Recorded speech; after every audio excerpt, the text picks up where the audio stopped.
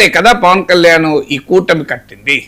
మీకు 2014లో పవన్ కళ్యాణ్ పోటీ చేయలేదు, 2019లో విడిగానే పోటీ చేశాడు. టీడీ ఇప్పుడు విజయ్ లాగా డిఎంకేను ఏడిఎంకేను ఇద్దరిని విమర్శించే ఎన్నికల్లో పోటీ చేశాడు. టీడీపీని విమర్శించారు, వైసీపీని విమర్శించారు, కానీ ప్రజలు ఆదరించలేదు కదా. అందువల్ల మీకు 2024కి వచ్చే వరకు తన స్ట్రాటజీ మార్చుకొని కూటమి కట్టాడు. అందువల్ల పవన్ కళ్యాణ్ చెప్పినట్లు ఆయన అనుభవమే ఇందుకు సాక్ష్యం, వేరే అవసరం లేదు. మీకు రెండవది ఎంపరికల్ డేటా, అంటే రియాలిటీ ఏంటి? ఇప్పుడు విడిగా పోటీ చేస్తే 1 సీట్ వచ్చింది, కలిసి పోటీ చేస్తే 21 సీట్లు వచ్చినాయి. విడిగా పోటీ చేస్తే నెగ్లిజిబుల్ స్ట్రైక్ రేట్, కలిసి పోటీ చేస్తే 100% strike rate. So the fact speak louder than anything. Rhetoric కదా, fact speak louder than rhetoric. మాట్లాడేటోడు ఏమన్నా మాట్లాడతారు, ఉచిత సలహాలు ఇచ్చేవాళ్ళు. సో మీకు రావిశాస్త్రి సామెత ఉంది, పల్లెక్లో ఉన్నది వరం అయితేనేం శర్మ అయితేనేం మోసేవాడికి తెలుసు వాడి బరువు ఎంత అని. సో ఆ బరువు మోసేవాడికి పవన్ కళ్యాణ్ ఆయనకు తెలుస్తుంది. మనమే ఉన్నది, మనం చాలా ఉపన్యాసాలు ఇస్తున్నాం, వర్మ కావచ్చు శర్మ కావచ్చు అని.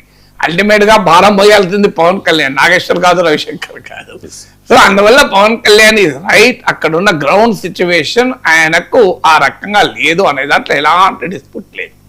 సో అందువల్ల నేను అన్నది, అందుకే పవన్ కళ్యాణ్ అన్నది ఎస్ అని. ఒక రాష్ట్రంలో ఉన్న రాజకీయ పరిస్థితులు ఇంకో రాష్ట్రంలో ఉండవు, ఒక రాష్ట్రంలో ఒక సందర్భంలో ఉన్న రాజకీయ పరిస్థితులు ఇంకో సందర్భంలో కూడా ఉండవు. సందర్భం కూడా అంటే పొలిటికల్ కాంటెక్స్ట్ ఆల్సో మ్యాటర్స్. మీకు దేశంలో చాలా సీనియర్ రజనీకాంత్ అసలు పార్టీ పెట్టకుండానే ఫెయిల్ అయ్యాడు, కమల్ హాసన్ పార్టీ పెట్టి ఫెయిల్ అయ్యాడు, మీకు ఇప్పుడు విజయకాంత్ పార్టీ పెట్టి కొంత ముందుకొచ్చి ఫెయిల్ అయ్యాడు. మీకు ఇలా విజయ్తో పోలిస్తే కమల్ హాసన్ ఏం తక్కువ పాపులర్ కాదు, రజనీకాంత్ ఏం తక్కువ పాపులర్ కాదు.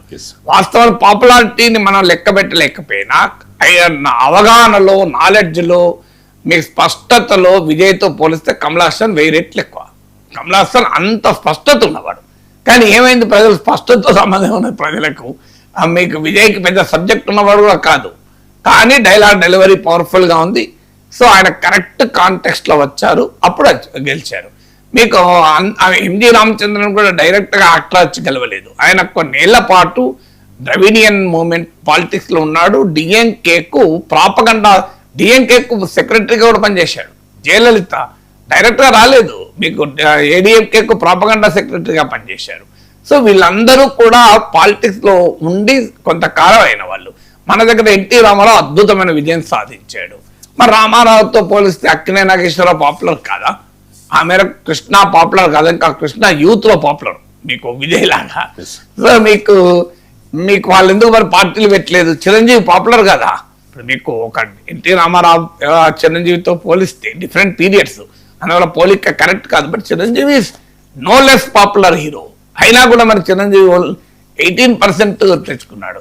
సో చిరంజీవి పవన్ కళ్యాణ్ మధ్య పోల్చకూడదు, కానీ but Pawan Kalyan is no less hero. మరి ఆయనకి చిరంజీవికి వచ్చిన సక్సెస్ రేట్ కూడా రాలి. సో ఇవన్నీ ఫ్యాక్టర్స్ కలుపుకుంటే Pawan Kalyan's argument is correct. అందుకే ఎస్ అన్న. ఎందుకంటే ఒక రాష్ట్రంలో ఉన్న రాజకీయ పరిస్థితి ఇంకో రాష్ట్రంలో ఉండవు. అక్కడ డిఎంకే ఏమో బాగా ప్రజా వ్యతిరేకతను ఎదుర్కొంది, ఏడీఎంకే బలహీనంగా ఉంది. అందువల్ల మీకు ఏడీఎంకే దెబ్బతింది. అందువల్ల కొత్త 40% ఆఫ్ ద పాపులేషన్ యూత్, మీకు బిలో 40 ఇయర్స్, మీకు యంగర్ జనరేషన్ చాలా ఎక్కువ పెద్ద ఓటర్స్. సో ఈ ఫ్యాక్టర్స్ వల్ల విజయ్కి పవర్లోకి రాగలిగాడు. మీకు ఇక్కడ అలా కాదు. మీకు 2024 ఎన్నికల్లో వైసీపీ పట్ల తీవ్రమైన ప్రజా వ్యతిరేకత ఉన్నమాట నిజం. అక్కడ వరకు డిఎంకే కన్నా కూడా వైసీపీ పైన ఎక్కువ వ్యతిరేకత ఉందని చెప్పాలి, లేదా డిఎంకేతో సమానమైన ప్రజా వ్యతిరేకతను ఎదుర్కొంది. కానీ డిఎంకే కన్నా ఘోరంగా ఎందుకు వైసీపీ దెబ్బతిన్నది? మీకు దానికి ఆన్సర్ ఏంటంటే కూటమి కట్టడం వల్ల వైసీపీ ఈ స్థాయిలో దెబ్బతిన్నది. మీకు ఎందుకు డిఎంకే పట్ల వ్యతిరేకత లాగా వైసీపీ పట్ల వ్యతిరేకత ఉన్నా ఏడీఎంకే లాగా బలహీనంగా తెలుగుదేశం లేదు. అక్కడ తేడా. తెలుగుదేశం కూడా బలంగా ఉండడం వల్ల పవన్ కళ్యాణ్ ఏమీ చేయలేని పరిస్థితి. ఎందుకంటే వైసీపీ అధికారంలో ఉంది, ప్రభుత్వం పట్ల తీవ్ర వ్యతిరేకత ఉంది, కానీ మీకు టీడీపీ బలంగా ఉంది. మీకు అక్కడలాగా 35% ఓటర్ ఇప్పుడు విజయ్కి వచ్చింది. ఇక్కడ థర్డ్, అందువల్ల ఆ స్థాయిలో మరి అంటే ప్రభుత్వం పైన వ్యతిరేకత, ప్రతిపక్షం పైన నిర్లిప్తత, అసంతృప్తి, విరక్తి, ఈ రెండు ఫ్యాక్టర్స్ తమిళనాడులో పనిచేస్తాయి విజయ్కి. ఆంధ్రప్రదేశ్లో ఆ రెండు ఫ్యాక్టర్స్ లేవు. అప్పుడైనా ఇప్పుడైనా అధికారంలో ఉన్న వారిపైన వ్యతిరేకత ఉంది, కానీ ప్రతిపక్షంలో ఉన్నవాడు చాలా బలంగా ఉన్నాడు. సో ఇప్పటికీ కూడా వైసీపీకి 40% ఓటింగ్ ఉంది. రేపు